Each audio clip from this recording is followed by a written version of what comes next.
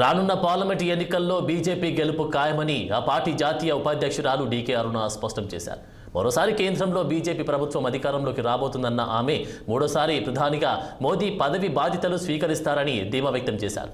మహబూబ్ నగర్, నాగర్ కర్నూలులో జెండా ఎగురవేస్తామన్నారు. ఇక రానున్న ఎంపీ ఎలక్షన్లో బీజేపీ అభ్యర్థి భరత్ను అధిక మెజార్టీతో గెలిపించాలని ఓటర్లకు విజ్ఞప్తి చేశారు డీకే అరుణ. తమ పార్టీలో గెలిచినటువంటి వాళ్ళు మాట్లాడితేనే వాళ్ళకి ప్రాధాన్యత ఇవ్వాలి, వాళ్ళు గెలిచిన చోటనే అభివృద్ధి చేయాలి. కేవలం కొన్ని ప్రాంతాలకే అభివృద్ధిని పరిమితం చేసిండు, రాష్ట్రం అంతా నిర్లక్ష్యానికి గురి చేసిండు. మన ఉదాహరణకు చూసుకుంటే నాగర్ కర్నూలు పార్లమెంట్ కానీ మామనార్ పార్లమెంట్ కానీ పూర్తి నిర్లక్ష్యానికి గురైనాయి.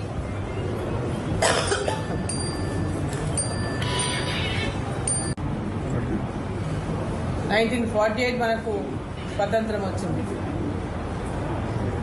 కాబట్టి దాని లిబరేషన్ డే అంటే మన విమోచన దినంగా జరుపుకోవాలి. మన స్వతంత్రం వచ్చింది తెలంగాణకు సెప్టెంబర్ 17 కాబట్టి దాన్ని సెప్టెంబర్ 17 విమోచన దినాన్ని అధికారికంగా జరుపుకోవాలనేటువంటి విధంగా భారతీయ జనతా పార్టీ గతంలో ఇచ్చిన మాటను నిలబెట్టుకుంటూ ఈ గెజిట్ విడుదల చేసిన సందర్భాన్ని మీడియా మిత్రులందరూ కూడా గుర్తించి ఆ విషయంలో కేంద్ర ప్రభుత్వంకి, నరేంద్ర మోదీ గారికి, అమిత్ షా గారికి హృదయపూర్వకమైనటువంటి ధన్యవాదాలు తెలంగాణ ప్రజలందరూ తెలియజేయాలని చెప్పి నేను కోరుతున్నాను.